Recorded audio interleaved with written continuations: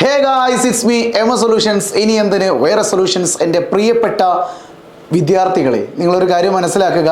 May 6-ാം തീയതി വരെ നമ്മുടെ പൊതുവിദ്യാഭ്യാസ സ്ഥാപനങ്ങൾക്കും എല്ലാ വിദ്യാഭ്യാസ സ്ഥാപനങ്ങൾ, ഈവൻ പ്രൊഫഷണൽ കോളേജുകൾ ഉൾപ്പെടെയുള്ള, അതായത് നമ്മുടെ സ്കൂളുകളും കോളേജുകളൊക്കെ എന്ത് ചെയ്തിട്ടുണ്ട്, അവധി പ്രഖ്യാപിച്ചിട്ടുണ്ട്. പ്രത്യേകിച്ച് 4 ജില്ലകളിൽ, ഈവൻ കോഴിക്കോട് അടക്കം നല്ല കഠിനമായ ചൂടിലാണ്, വലിയ പ്രതിസന്ധികളിലൂടെയാണ് കടന്നു പോകുന്നത്. ആയതിനാൽ നമ്മുടെ മുഖ്യമന്ത്രി അടക്കം ഇന്നൊരു അവലോകന യോഗത്തിൽ തീരുമാനമെടുത്തിട്ടുണ്ട്. 6-ാം തീയതി വരെ ഒരു വിദ്യാഭ്യാസ സ്ഥാപനങ്ങളും തുറന്ന് പ്രവർത്തിക്കരുത് എന്ന് പ്രത്യേകം കർശന നിയന്ത്രണം ഏർപ്പെടുത്തിയിട്ടുണ്ട്.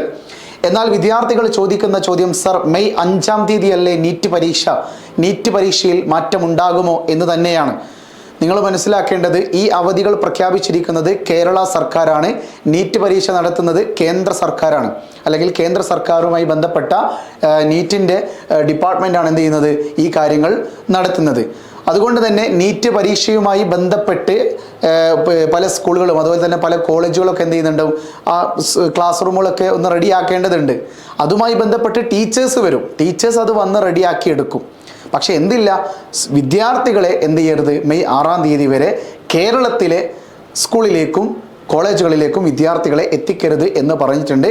എന്നാൽ നീറ്റ് പരീക്ഷയുമായി ബന്ധപ്പെട്ട് ഈ കുട്ടികൾക്ക് 5-ാം തീയതി ഈ സ്കൂളുകളിലേക്ക് എത്തേണ്ടി വരും. പക്ഷേ ആ സ്കൂളുകൾ ക്രമീകരിക്കുന്ന പരിപാടികൾ ഇപ്പം നടന്നുകൊണ്ടിരിക്കുകയാണ്. ഞാൻ നേരത്തെ ഒരു ഇൻ്റഗ്രേറ്റഡ് സ്കൂളിലേക്ക് ചെന്ന് കഴിഞ്ഞപ്പോൾ അവിടെ ടീച്ചേഴ്സ് എന്ത് ചെയ്യുന്നുണ്ട്, ഇതിൻ്റെ പ്രവർത്തനങ്ങൾ, അവിടുത്തെ പ്രിൻസിപ്പാളും വൈസ് പ്രിൻസിപ്പാളും എല്ലാവരും ഒരു 38 ആൾക്കാരെല്ലാവരും എല്ലാ ടീച്ചേഴ്സൊക്കെ കൂടിയിട്ട് ആ ഒരു നീറ്റിൻ്റെ പ്രിപ്പറേഷൻസ് കാര്യങ്ങളൊക്കെ, മുൻ കരുതലുകളൊക്കെ ചെയ്തുകൊണ്ടിരിക്കുന്നുണ്ട്.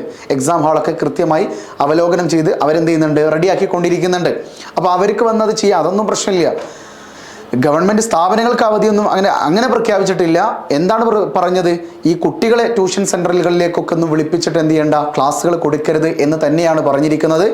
അങ്ങനെ വരുമ്പോൾ മെയ് 5-ാം തീയതി ഈ കുട്ടികൾ എക്സാം എഴുതാൻ വരുന്നത് മേ ബി വലിയ പ്രതിസന്ധി ഉണ്ടാക്കിയേക്കാം.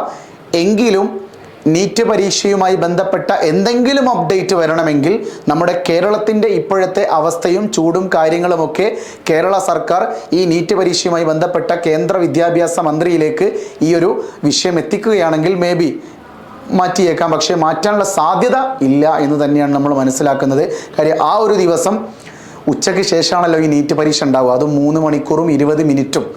ആ ഒരു പരീക്ഷ നോക്കുമ്പോൾ ഒരു ട്യൂഷനിൽ എത്തിക്കഴിഞ്ഞാൽ, മീൻസ് ക്ലാസ്സുകളിലേക്ക് എത്തിക്കഴിഞ്ഞിട്ട് പിന്നെ 5 മണി വരെയാണ് പ്രശ്നമെങ്കിലും 5:20 ആകുമ്പോഴേക്ക് എന്താകും, റെഡിയാകും എന്നാണ് ഞാൻ മനസ്സിലാക്കുന്നത്.